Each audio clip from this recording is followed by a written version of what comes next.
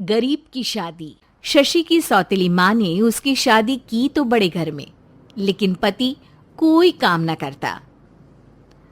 आप ससुर जी के साथ काम पर क्यों नहीं जाते? हाँ जाऊंगा, लेकिन कल से। आज जरा मैं दोस्तों के साथ घूमने जा रहा हूँ। शशि के 2 बच्चे होते हैं, लेकिन रमेश का हाल वैसा का वैसा ही रहता है।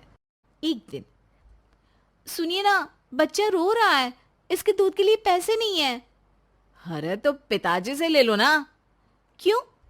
अगर आप में कमाने की क्षमता नहीं थी तो शादी क्यों की? तभी घर आई बड़ी ननद बोल पड़ती है। आहा हा हा, तुम्हारी माँ को साफ साफ कह दिया था कि लड़का ना कमाता है ना कभी कमाएगा। हम 4 बहनें हैं इसका ख्याल रखने के लिए, और पिताजी का इतना सारा पैसा, तुम्हें किस चीज की कमी रखी है? लेकिन थोड़े ही सालों में तकदीर बदल जाती है। शशि का ससुराल गरीब हो जाता है। सब बिकने के बाद शशि अपने पति, बच्चे और सास के साथ किराए के मकान में आ जाती है। मैं कोई नौकरी करना चाहती हूँ दीदी। अरे इतने बड़े घर की बहू थी शशि, तुम नौकरी करोगी? नहीं नहीं नहीं नहीं। नहीं करूंगी तो घर कैसे चलेगा? बच्चों को भी तो पालना है ना। तभी शशि का भाई आ जाता है। शशि, ये ले राशन का सामान, किसी भी तरह की कोई भी जरूरत हो तो बताना। भाई, अब मैं नौकरी करूंगी। देख बहन, वैसे तो मैं तेरे साथ हूं, लेकिन हाँ, मैं ये भी चाहता हूं कि तू अपने पैरों पर खड़ी हो जा। शशि को एक प्ले स्कूल में छोटे बच्चों को संभालने की नौकरी मिल जाती है। एक दिन, शशि, मेरे स्कूल को अब तुम संभाल लो। मैं कुछ दिनों के लिए अपने बेटे के पास जा रही हूं। लेकिन प्ले स्कूल अकेले मैंने कभी नहीं संभाला है। अब ये सब मैं नहीं जानती। इतने महीनों में तूने जो देखा, बस पूरे आत्मविश्वास के साथ उसे करना। शशि नीलम के जाने के बाद पूरे 1 महीने उसका स्कूल अकेले संभालती है, और फिर एक दिन आता है जब वो अपना खुद का स्कूल भी खोल लेती है। वाह शशि, तुमने आज मेरा सर गर्व से ऊंचा कर दिया। तुम्हारा यही आत्मविश्वास तुम्हें बहुत आगे ले जाएगा। नीलम, बहुत आगे जाने की चाह नहीं है। बस ये छोटा सा स्कूल मेरे बच्चों की अच्छी शिक्षा में मेरी मदद करे, यही मैं चाहती हूँ। शशि थोड़े थोड़े पैसों से ही अपना परिवार पाल रही थी। एक दिन उसके घर उसकी बड़ी ननद आती है। अरे भाभी, घर में कूलर तो लगा लेती, मेरी माँ को कैसे पंखे में लिटा रखा है। अरे तो शशि कौन सा एसी लगा कर सो रही है? वो भी तो यहीं रहती है ना मेरे पास। ज्यादा यहाँ आकर मेरी बहू को परेशान ना किया करो। हाँ हाँ, मुझे भी शौक नहीं है इस छोटे से घर में आने का। मैं तो बस ये बोलने आई थी कि मेरे बेटे की शादी है तो ननिहाल का जो नेग होता है वो ले आना। हाँ हाँ, जितना बनेगा कर देंगे, और ना हुआ ना तो वो भी नहीं करेंगे। तभी शशि बोल पड़ती है। अरे नहीं नहीं माँ जी, रीटा घर की बेटी है, उसके ससुराल वाले उससे शादी पर पूछेंगे कि मायके से क्या मिला।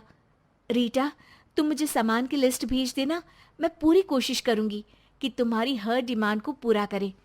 अच्छा, मैं खाना लगाती हूँ। शशि ये बोलकर किचन में चली जाती है।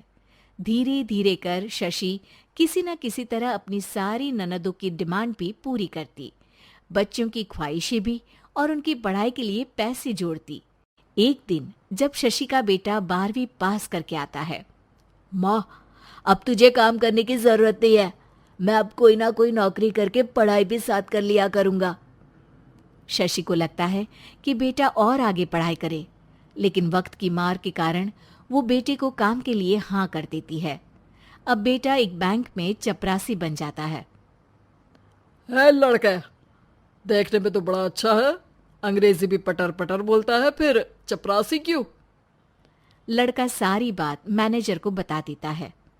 अच्छा, तो मैं तुझे एक मौका देता हूँ। तू यहाँ रहकर दूसरे डिपार्टमेंट का भी काम सीख। अगर तू किसी एक का भी काम अच्छे से सीख गया तो मैं तुझे यहाँ टेबल चेयर में बैठने वाली नौकरी दे दूंगा। लेकिन एक दिन शशि की ननद उसे फोन करती है। अरे भाभी, देखो मायका तो मेरा तुम लोगों से ही है। मैंने आपके बेटे और मेरे भतीजे प्रदीप के लिए यहाँ एक नौकरी देखी है, पूरे 5,000 मिलेंगे। वैसे करता ही क्या है, चपरासी ही तो है ना। कोई बात नहीं रीटा, मैं उसे इस शहर के बाहर नहीं भेजना चाहती हूँ। बाकी वो शाम को आएगा तो मैं पूछ लेती हूँ। वहीं प्रदीप मैनेजर की बात से खुश हो जाता है और मैनेजर के काम पर ही नज़र रखने लगता है। वो उनकी तरह के पेपर पढ़ता, काम करता और आने वाले लोगों की बातें सुनता। एक दिन बैंक में ऑडिट वाले आते हैं। ये गलत है, पूरी बैलेंस शीट नहीं मिल रही है, कहीं ना कहीं गड़बड़ है। ए मैनेजर, क्या करते हो? बैंक के पैसों का हिसाब सही नहीं है। मैनेजर के पसीने छूट जाते हैं। तभी प्रदीप वहां जाता है। अब क्या मैं ये बैलेंस शीट देख सकता हूँ? अरे बेटा मजाक नहीं, जाओ पानी लेकर आओ एक गिलास। प्रदीप मैनेजर को पानी लाकर देता है और फिर ऑडिटर से कहता है, देखिए सर, मैं आपको बता सकता हूँ कि कैसे बैलेंस शीट को आप लोग गलत तरीके से जोड़ रहे हैं। ऐसा बोलकर प्रदीप एक एक कर सारे डाउट क्लियर कर देता है। अरे हाँ, ये तो पॉइंट हमने देखे ही नहीं थे। गुड, कौन है ये बच्चा? तभी मैनेजर बोल पड़ता है, अब हमारे यहाँ अकाउंट में नया आया है। ऑडिटर के जाने के बाद, वाह प्रदीप, आज तो तुमने मेरी नौकरी बचा ली। और आपने भी तो मेरी नई नौकरी लगा दी, अकाउंटेंट की। बस फिर क्या था, प्रदीप ने एक बार जो सफलता की सीढ़ी चढ़ी, बस चढ़ता ही चला जाता है। फिर एक दिन शशि की ननद, अरे भाभी कैसी हो? घर को तो बड़ा ही सुंदर चमका रखा है। अरे बेटी, कैसे आना हुआ? तू तो इस छोटे से घर में आना भी नहीं चाहती थी। कोई खास काम है क्या? अब हाँ, वो माँ, मेरा जो मजला बेटा है ना, वो अकाउंट से पढ़ाई कर रहा है, तो प्रदीप से बोलकर उसकी भी कहीं अच्छी नौकरी लगा दो ना। सास और शशि समझ जाते हैं कि कैसे पैसे आते ही लोगों के बात करने के तरीके से लेकर रिश्ते निभाने तक में बदलाव आ जाता है।